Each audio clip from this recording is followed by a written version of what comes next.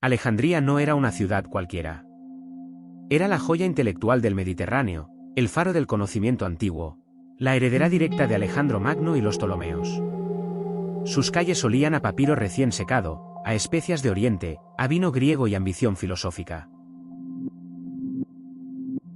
Aquí se había calculado la circunferencia de la Tierra, aquí Euclides había enseñado geometría, aquí la biblioteca guardaba el conocimiento acumulado de siglos.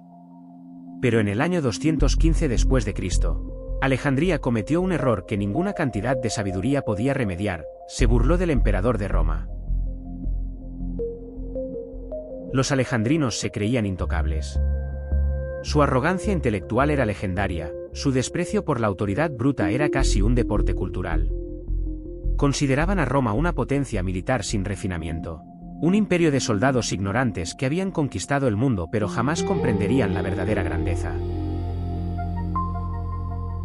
Y cuando Marco Aurelio Antonino, llamado Caracalla, comenzó a obsesionarse con Alejandro Magno, cuando empezó a vestirse como el conquistador macedonio, cuando ordenó la formación de falanges al estilo griego en pleno siglo III, los alejandrinos vieron una oportunidad demasiado tentadora para ignorarla. Vieron al emperador más poderoso del mundo comportándose como un niño jugando a ser héroe, y decidieron que esto merecía burla pública. Los teatros de Alejandría se convirtieron en escenarios de sátira política. Actores con pelucas ridículas y armaduras exageradas parodiaban las poses heroicas de Caracalla, imitando su cojera con pasos grotescos mientras el público rugía de risa. Los poetas componían versos mordaces que circulaban en los mercados como moneda de cambio cultural. Uno de los más populares comparaba al emperador con un mono vestido con la armadura de Aquiles, otro sugería que su obsesión con Alejandro era compensación por su propio fracaso como general. Las caricaturas pintadas en las paredes mostraban a Caracalla como un enano tratando de llenar las sandalias gigantes del conquistador macedonio. La ciudad entera participaba en este festival de burla, creyendo que la distancia geográfica y su importancia estratégica los protegían de consecuencias reales. Pero los alejandrinos no comprendían algo fundamental sobre el hombre al que se burlaban. Caracalla no era un emperador débil necesitado de aprobación popular. Era el hijo de Septimio Severo, un emperador militar que había llegado al poder a través de la guerra civil. Caracalla había asesinado a su propio hermano Geta frente a su madre, había purgado a miles de seguidores de su hermano en una sola noche, había transformado Roma en un estado policial donde las delaciones eran moneda corriente. Este no era un hombre que perdonaba ofensas menores, mucho menos humillaciones públicas repetidas durante meses. Cada actor que parodiaba sus gestos, cada poeta que rimaba sobre su crueldad, cada alejandrino que reía en las tabernas estaba firmando una sentencia de muerte colectiva sin saberlo. La inteligencia imperial funcionaba con eficiencia brutal. Informantes romanos infiltrados en Alejandría enviaban reportes detallados a Roma. Nombres de los actores más populares, títulos de las obras más ofensivas, ubicación de los grafitis más elaborados. Caracalla leía estos informes en su palacio, y con cada línea, con cada descripción de risas y aplausos, algo oscuro crecía en su interior. No era simple ira, era algo más frío, más calculado. Era la comprensión absoluta de que esta ciudad necesitaba ser convertida en ejemplo. No bastaba con ejecutar a los líderes o imponer multas económicas. Alejandría debía aprender, y a través de Alejandría, todo el imperio debía aprender que burlarse del César no era un acto de libertad intelectual, era un acto de suicidio colectivo.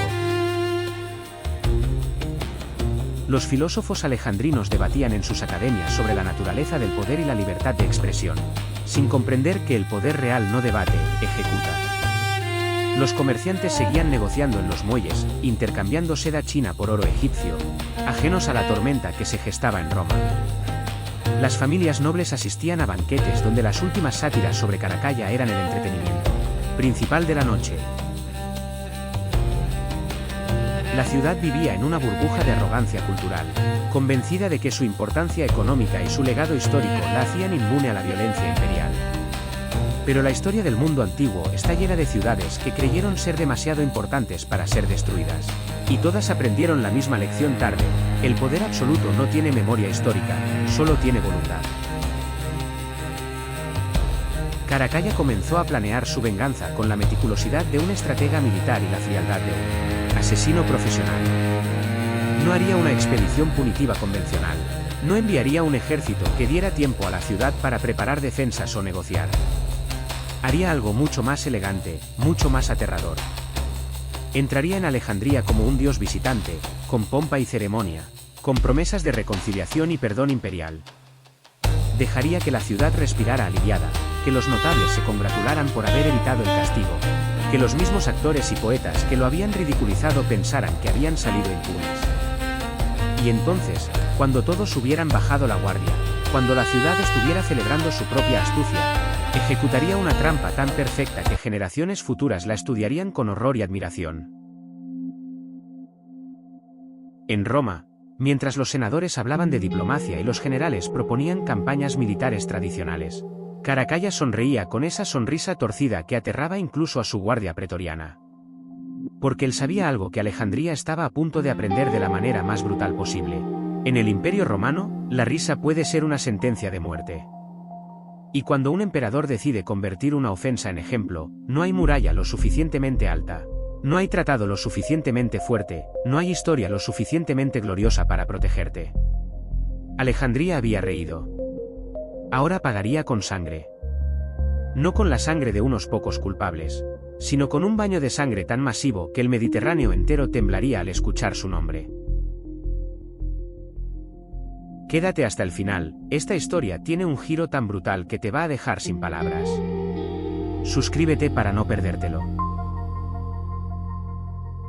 Caracalla no dormía. En las noches romanas, mientras el palacio imperial descansaba en silencio, el emperador caminaba por los corredores de mármol con los puños apretados y la mandíbula tensa. Los informes de Alejandría llegaban con regularidad cruel, cada semana.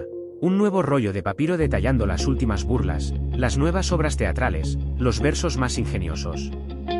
Sus consejeros trataban de minimizar la importancia de estas ofensas. Hablaban de la tradicional irreverencia alejandrina. Sugerían que ignorar las provocaciones demostraría fortaleza imperial. Pero estos hombres no comprendían algo fundamental sobre Marco Aurelio Antonino. Para él, cada burla no era simplemente una ofensa al emperador. Era una herida personal que sangraba en su mente cada noche, transformándose en algo más oscuro, más peligroso que simple ira. La obsesión de Caracalla con Alejandro Magno no era un capricho superficial de un emperador vanidoso. Era una necesidad psicológica profunda, una armadura emocional construida para proteger a un hombre profundamente inseguro sobre su propio legado. Caracalla había llegado al poder asesinando a su hermano, había consolidado su autoridad a través del terror. Había gobernado un imperio que lo temía pero no lo amaba. Necesitaba algo más grande que él mismo para justificar su existencia. Y encontró ese algo en el conquistador macedonio que había muerto a los 32 años tras conquistar el mundo conocido. Cuando los alejandrinos se burlaban de esta identificación, no estaban simplemente criticando a un emperador excéntrico. Estaban destruyendo el único mecanismo psicológico que mantenía estable la mente de uno de los hombres más peligrosos del mundo antiguo. En los salones privados del palacio, Caracalla comenzó a diseñar algo que trascendía la venganza convencional. No quería una expedición militar tradicional donde las legiones marcharan abiertamente hacia Alejandría, dando tiempo a la ciudad para preparar defensas o enviar delegaciones de paz.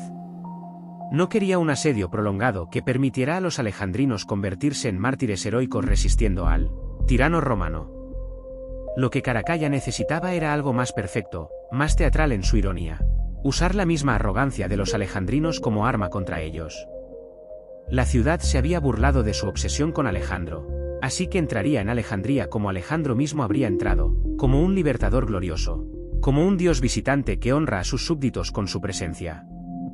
Y cuando todos estuvieran celebrando, cuando la ciudad entera estuviera embriagada de alivio y orgullo, ejecutaría una masacre tan sistemática que convertirían el nombre de Alejandría en sinónimo de terror durante siglos.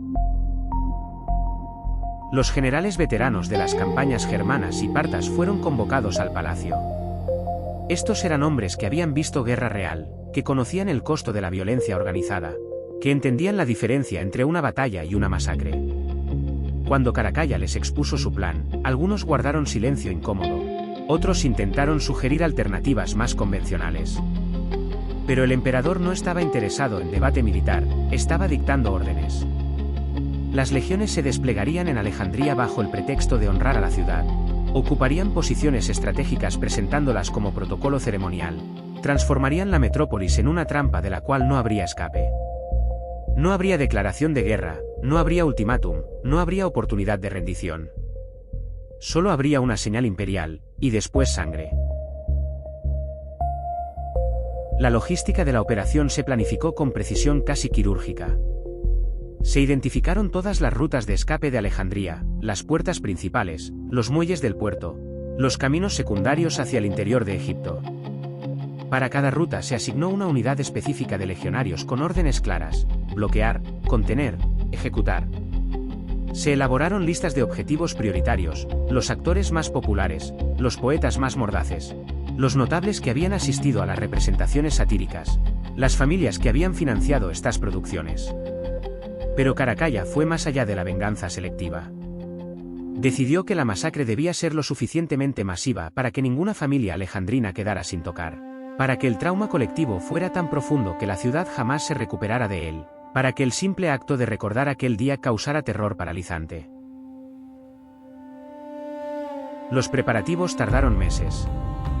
Se movilizaron legiones desde Siria, se coordinaron suministros desde Chipre, se establecieron líneas de comunicación encriptadas usando códigos militares que ni siquiera los oficiales menores comprendían completamente. Todo el aparato del Estado romano se puso en marcha para orquestar lo que oficialmente sería presentado como una visita imperial de reconciliación, pero que en realidad era la trampa más elaborada jamás diseñada por un emperador romano. Caracalla revisaba personalmente cada detalle, corrigiendo mapas de despliegue, ajustando cronogramas, asegurándose de que ningún alejandrino tuviera posibilidad de escapar una vez que la masacre comenzara. Porque para él, esto no era simplemente castigo, era arte violento. Era la transformación del dolor psicológico personal en espectáculo político que resonaría a través de generaciones. Los espías romanos en Alejandría comenzaron a difundir rumores cuidadosamente calibrados. El emperador, decían, había reflexionado sobre las críticas alejandrinas y reconocía cierta verdad en ellas. Caracalla, susurraban en los mercados, deseaba reconciliarse con la ciudad que Alejandro Magno había fundado. Quería demostrar que era digno del legado macedonio, no con imitación superficial sino con magnanimidad imperial. Estos rumores fueron diseñados para alimentar la arrogancia alejandrina, para convencer a la ciudad de que sus burlas habían funcionado, de que habían educado al emperador bárbaro, de que su superioridad intelectual había prevalecido sobre la brutalidad romana. Y los alejandrinos, embriagados de su propio orgullo cultural, creyeron cada palabra. En las noches previas a su partida hacia Egipto, Caracalla paseaba por los jardines imperiales mientras sus consejeros más cercanos observaban en silencio. El emperador no hablaba de estrategia militar ni de política imperial.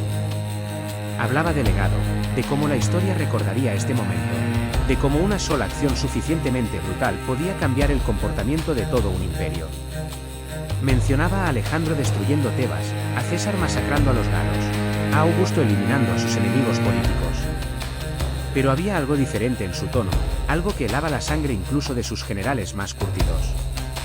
Caracalla no hablaba de necesidad militar o ventaja estratégica. Hablaba de venganza personal elevada a espectáculo imperial, de transformar una herida psicológica en propaganda del terror que viajaría más rápido que cualquier mensajero, que se contaría en susurros aterrorizados en cada provincia del imperio. Hablaba de hacer de Alejandría un ejemplo tan brutal que ninguna ciudad volvería a atreverse a reírse del César. Y mientras el emperador planificaba en Roma, Alejandría dormía tranquila. Los teatros seguían presentando sus obras, los poetas continuaban componiendo sus versos, los ciudadanos se congratulaban por haber puesto en su lugar al emperador bárbaro. No sabían que cada risa, cada aplauso, cada verso satírico estaba siendo contabilizado en una lista de deudas que pronto sería cobrada con sangre. No comprendían que habían despertado algo en Caracalla que trascendía la lógica política o la estrategia militar. Habían despertado a un monstruo herido en su orgullo, y los monstruos heridos son los más peligrosos de todos. La flota imperial apareció en el horizonte de Alejandría como una visión de poder y majestuosidad. Decenas de trirremes con velas púrpura ondeando al viento mediterráneo, estandartes dorados brillando bajo el sol egipcio, el águila romana presidiendo cada proa como símbolo de autoridad absoluta. Desde las murallas de la ciudad, los alejandrinos observaban con una mezcla de curiosidad y alivio. Los rumores habían circulado durante semanas, el emperador venía en son de paz, buscaba reconciliación. Deseaba honrar la memoria de Alejandro Magno en la ciudad que el conquistador había fundado. Los notables se felicitaban mutuamente por su astucia política, convencidos de que sus críticas intelectuales habían educado al bárbaro romano, transformándolo en un emperador más civilizado y receptivo. No comprendían que estaban observando la llegada de su propia muerte, empaquetada en ceremonia y protocolo imperial. Caracalla desembarcó en el puerto de Alejandría como un dios descendiendo del Olimpo. Vestía una túnica blanca inmaculada bajo una capa púrpura bordada con hilos de oro, su armadura ceremonial pulida hasta reflejar como espejo, su corona de laureles colocada con precisión calculada. A su alrededor marchaban los pretorianos de la Guardia Imperial, seleccionados no solo por su habilidad marcial sino por su apariencia física imponente, hombres que parecían estatuas romanas cobradas vida. El emperador sonreía, saludaba con gestos magnánimos, aceptaba las flores y los vítores de la multitud que se había congregado en los muelles. Los alejandrinos veían magnanimidad imperial, reconciliación política, el triunfo de la razón sobre la brutalidad. Lo que no veían era la red de acero que se estaba cerrando alrededor de su ciudad, invisible pero inexorable, transformando Alejandría en la trampa más perfecta jamás diseñada por un emperador romano. Las legiones desembarcaban con eficiencia militar que parecía simple protocolo ceremonial. Una cohorte marchaba hacia la puerta South de la ciudad, otra se posicionaba cerca del distrito del puerto. Un destacamento se establecía en las proximidades del gimnasio principal. Los oficiales romanos explicaban estos movimientos como medidas de seguridad estándar para proteger al emperador durante su visita. Los alejandrinos aceptaban estas explicaciones sin cuestionar, acostumbrados a la pompa imperial, ajenos al hecho de que cada unidad estaba ocupando exactamente las posiciones necesarias para bloquear toda ruta de escape. Los legionarios no portaban sus armas de manera amenazante, las llevaban como parte del uniforme ceremonial, pero cada gladio estaba afilado hasta cortar seda en el aire, cada pilum tenía su punta recién forjada. Cada escudo había sido inspeccionado personalmente por centuriones veteranos que conocían la diferencia entre desfile y masacre. Caracalla ordenó una convocatoria que selló el destino de miles. Anunció que deseaba honrar a la juventud alejandrina, formar una nueva unidad militar de élite que llevaría el nombre de Falange de Alejandro, combinando el legado macedonio con la disciplina romana. Los jóvenes de las familias más prominentes debían presentarse en el gimnasio principal para una ceremonia de selección e investidura. Era un honor sin precedentes, una oportunidad para que los hijos de Alejandría sirvieran directamente al emperador, un reconocimiento de la importancia histórica de la ciudad. Las familias notables competían por asegurar lugares para sus hijos, los jóvenes pulían sus mejores túnicas, los padres ensayaban discursos de gratitud imperial. Nadie cuestionaba por qué esta convocatoria incluía también a los magistrados principales, a los líderes de los gremios comerciales, a los filósofos más prominentes de las academias. Nadie se preguntaba por qué el emperador insistía en que todos llegaran a la misma hora, en que las puertas del gimnasio se cerraran puntualmente cuando comenzara la ceremonia. Mientras la ciudad se preparaba para la celebración, las legiones completaban su despliegue con precisión quirúrgica. En cada intersección estratégica aparecía un pequeño destacamento de legionarios, explicando su presencia como control de tráfico para facilitar el movimiento de las procesiones ceremoniales hacia el gimnasio. En los muelles, cohortes completas se posicionaban supuestamente para honrar al emperador con formaciones militares tradicionales. En las puertas de la ciudad, guardias romanos relevaban a los vigilantes alejandrinos bajo el pretexto de protocolo imperial durante visitas de estado. Cada movimiento parecía lógico individualmente, pero juntos formaban un cerco invisible que transformaba a Alejandría en una prisión de la cual no habría escape. Los centuriones veteranos observaban la ciudad con ojos profesionales, memorizando callejones, identificando techos desde los cuales arqueros podrían disparar, calculando tiempos de respuesta y rutas de persecución. La noche anterior a la ceremonia, Alejandría celebró. En las tabernas fluía el vino, en las plazas se improvisaban actuaciones teatrales, en los hogares las familias discutían con orgullo cómo sus hijos servirían al emperador. Los actores que habían parodiado a Caracalla brindaban por la magnanimidad imperial. Los poetas componían versos laudatorios celebrando la sabiduría del César que había aprendido a apreciar la cultura alejandrina. En los palacios de los notables, los anfitriones organizaban banquetes donde el tema principal era la victoria de la civilización sobre la barbarie, como Alejandría había domesticado al emperador romano con la fuerza de su intelecto y tradición. Las risas resonaban por las calles, pero tenían una cualidad diferente ahora. No eran burlas sino celebración de lo que creían era su triunfo diplomático. No sabían que cada risa, cada brindis, cada palabra de autocongratulación era observada por informantes romanos que tomaban notas mentales para identificar objetivos después de la masacre. En su residencia temporal dentro del Palacio Ptolemaico, Caracalla no participaba de ninguna celebración. Reunido con sus generales más cercanos, repasaba los detalles finales de la operación con la concentración de un cirujano preparando una operación compleja. La señal sería simple, cuando él levantara la mano derecha durante la ceremonia en el gimnasio. Las unidades en la ciudad recibirían la orden simultánea. No habría trompetas anunciando batalla, no habría declaraciones formales. Solo el gesto de una mano imperial y después el sonido de miles de gladios siendo desenvainados al mismo tiempo. Los oficiales recibieron instrucciones precisas sobre prioridades, primero bloquear todas las salidas, luego ejecutar a los objetivos identificados en las listas, finalmente expandir la matanza hasta que el emperador ordenara detenerla. No habría prisioneros, no habría negociaciones, no habría misericordia. El amanecer del día señalado llegó con un cielo despejado y brillante sobre Alejandría. Las familias comenzaban a congregarse temprano. Los jóvenes vestidos con sus mejores túnicas marchaban orgullosos hacia el gimnasio. Los notables practicaban sus reverencias imperiales. Las calles se llenaban de procesiones festivas. Música de liras y flautas acompañaba el movimiento de la multitud. Vendedores ambulantes ofrecían flores y amuletos conmemorativos. Era un día perfecto, pensaban los alejandrinos. El día en que su ciudad demostraba una vez más su importancia en el imperio. El día en que la razón prevalecía sobre la fuerza bruta. No notaban cómo los legionarios romanos habían dejado de sonreír, cómo sus formaciones ceremoniales se habían vuelto más densas y compactas, cómo los oficiales verificaban constantemente las posiciones de sus unidades con gestos codificados. No escuchaban el silencio ominoso que había caído sobre los veteranos romanos. Ese silencio que todos los soldados profesionales reconocen como el último momento antes de la violencia. Las puertas del gimnasio se abrieron como fauces de una bestia esperando ser alimentada. Miles de alejandrinos entraron en oleadas ordenadas, llenando el espacio con conversaciones animadas y expectación festiva.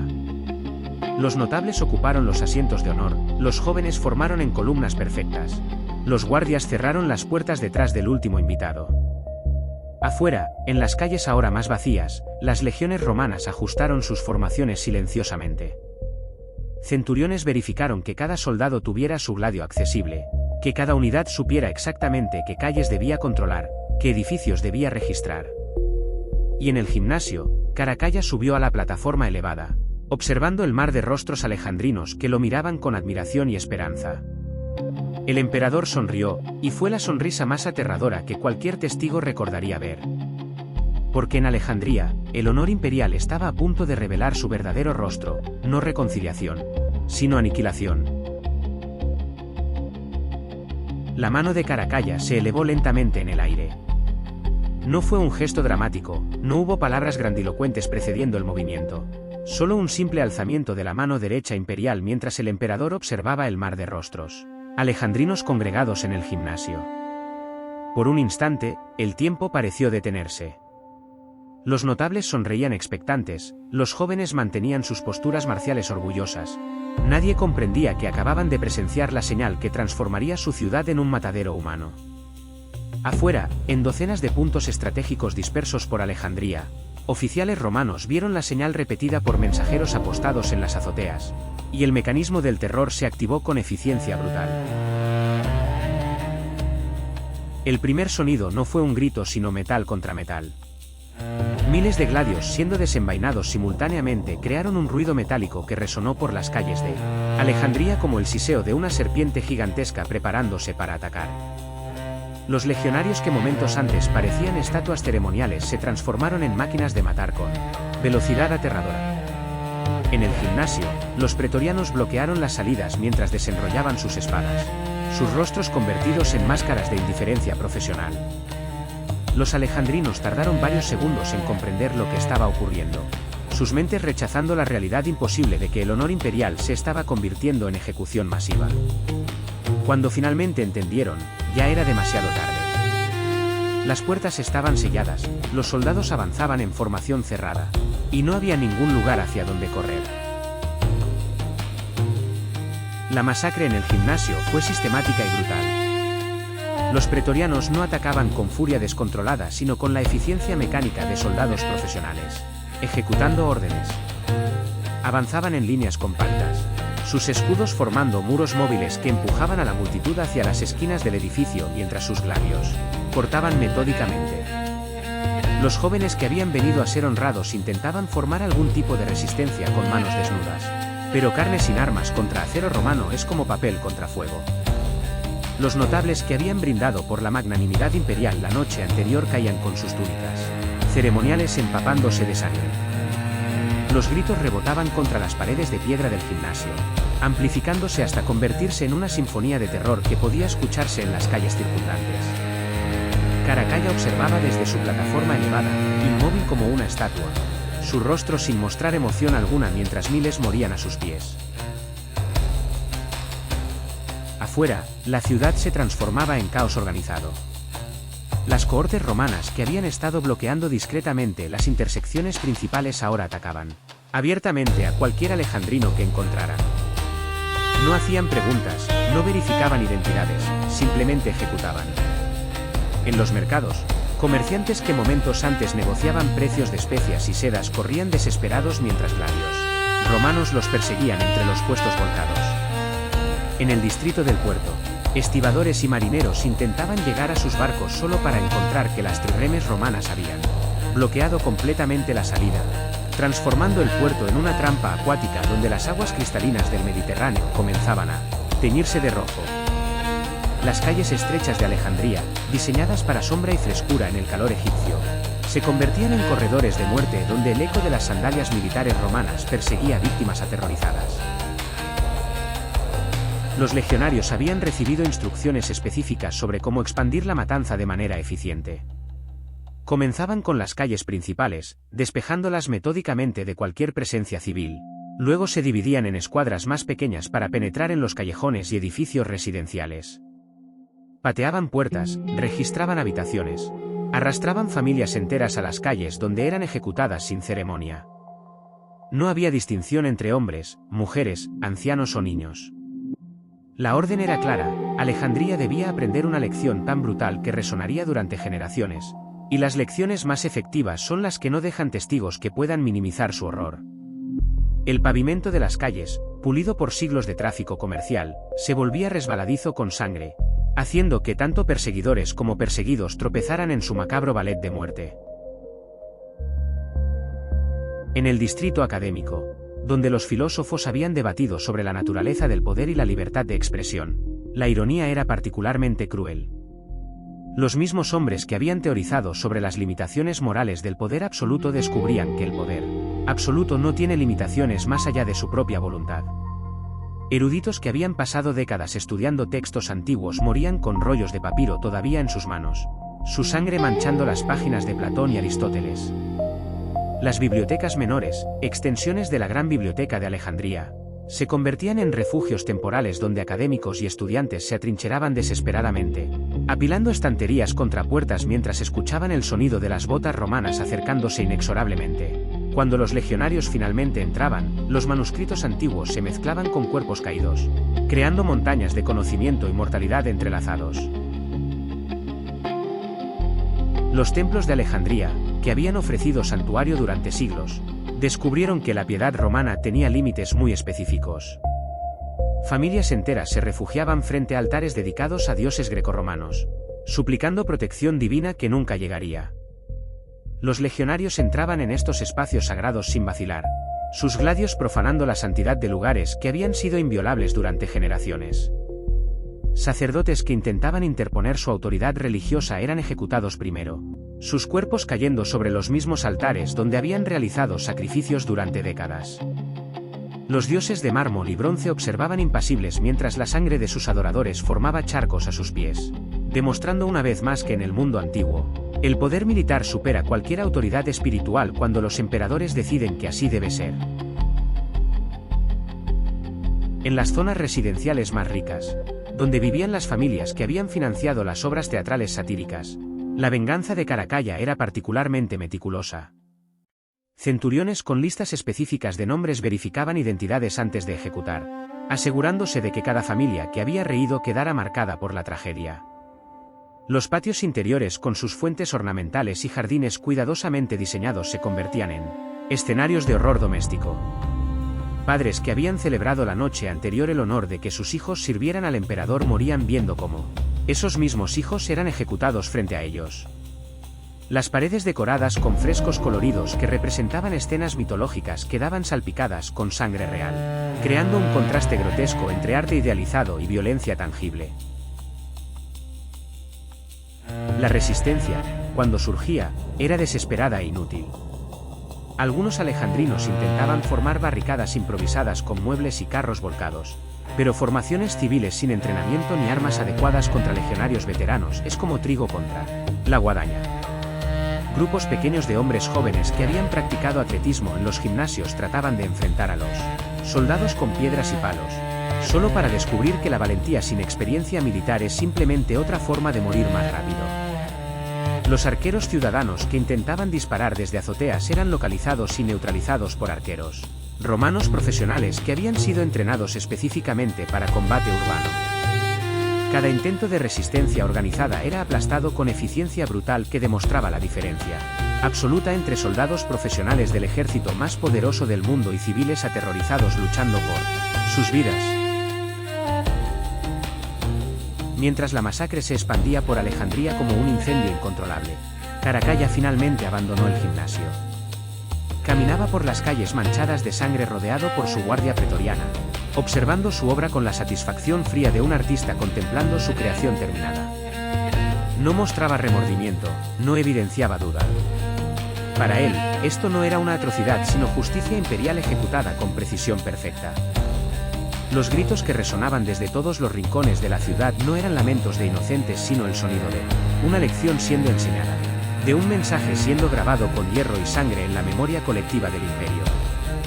En Alejandría, la risa había sido una sentencia, y ahora esa sentencia estaba siendo cumplida con una brutalidad que garantizaba que nadie, en ninguna provincia romana, volvería a cometer el mismo error.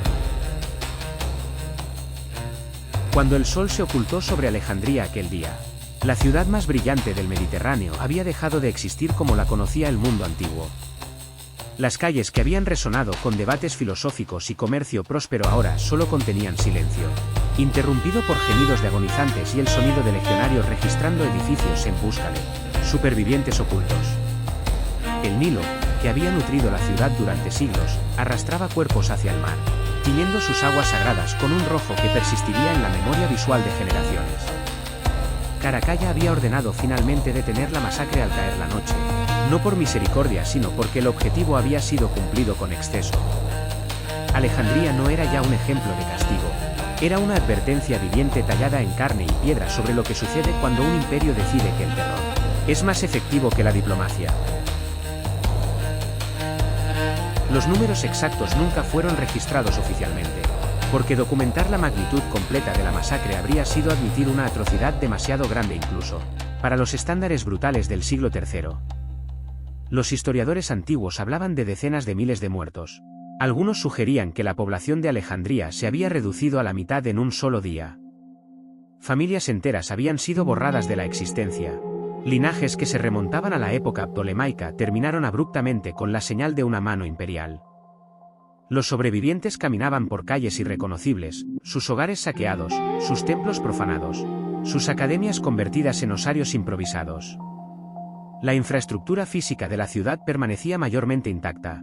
Caracalla no había ordenado destruir edificios porque entendía que una ciudad fantasma poblada por sobrevivientes traumatizados era más efectiva como propaganda del terror que ruinas humeantes que pudieran convertirse en símbolo de resistencia heroica. Las legiones romanas abandonaron Alejandría llevándose no solo botín material sino algo mucho más valioso para Los propósitos de Caracalla, el testimonio de testigos oculares que difundirían la historia de la masacre. Soldados que habían participado en la operación hablaban en tabernas de otras provincias sobre la eficiencia brutal de la trampa, sobre cómo una ciudad entera había sido convertida en jaula de ejecución sin oportunidad de resistencia. Comerciantes que habían escapado por milagro viajaban contando historias cada vez más elaboradas sobre la crueldad imperial, cada versión amplificando el horror hasta que la masacre de Alejandría se convertía en leyenda oscura susurrada en todos los rincones del imperio. Caracalla no solo había castigado una ciudad, había creado un mito del terror que viviría más tiempo que su propio reinado, que trascendería su muerte violenta solo 2 años después en Mesopotamia. El impacto psicológico en el imperio fue inmediato y profundo. En ciudades desde Hispania hasta Siria, las burlas públicas contra el emperador cesaron abruptamente. Los teatros que habían presentado sátiras políticas comenzaron a autocensurarse. Los poetas que habían compuesto versos mordaces quemaron sus obras. Los filósofos que habían criticado el poder imperial descubrieron súbitamente el valor del silencio estratégico. Las reuniones sociales donde antes se discutía abiertamente política imperial se volvieron cuidadosas y paranoicas. Cada participante consciente de que un comentario imprudente podía ser reportado, magnificado, transformado en pretexto para violencia imperial. La libertad de expresión que había caracterizado muchas ciudades grecorromanas se evaporó como agua bajo el sol egipcio, reemplazada por un miedo que paralizaba incluso el pensamiento crítico privado. Los aliados de Roma en Oriente recibieron el mensaje con claridad cristalina. Reyes clientes que habían mantenido cierta autonomía en sus asuntos internos comenzaron a demostrar su misión más absoluta, enviando tributos más generosos, ofreciendo tropas auxiliares sin que fueran solicitadas, compitiendo por demostrar lealtad imperial de maneras cada vez más elaboradas. Las delegaciones diplomáticas que visitaban Roma adoptaron protocolos de reverencia extrema, evitando cualquier gesto o palabra que pudiera ser interpretado como falta de respeto. La masacre de Alejandría había redefinido las reglas del juego político en el imperio. La autoridad imperial ya no se negociaba ni se cuestionaba. Simplemente se obedecía con terror absoluto o se enfrentaban consecuencias que trascendían cualquier cálculo racional de castigo proporcional. En la propia Roma, el Senado recibió las noticias de Alejandría con un silencio que era más elocuente que cualquier debate. Los senadores que habían murmurado críticas sobre las políticas de Caracalla descubrieron que el emperador había elevado la violencia política a un nivel completamente nuevo.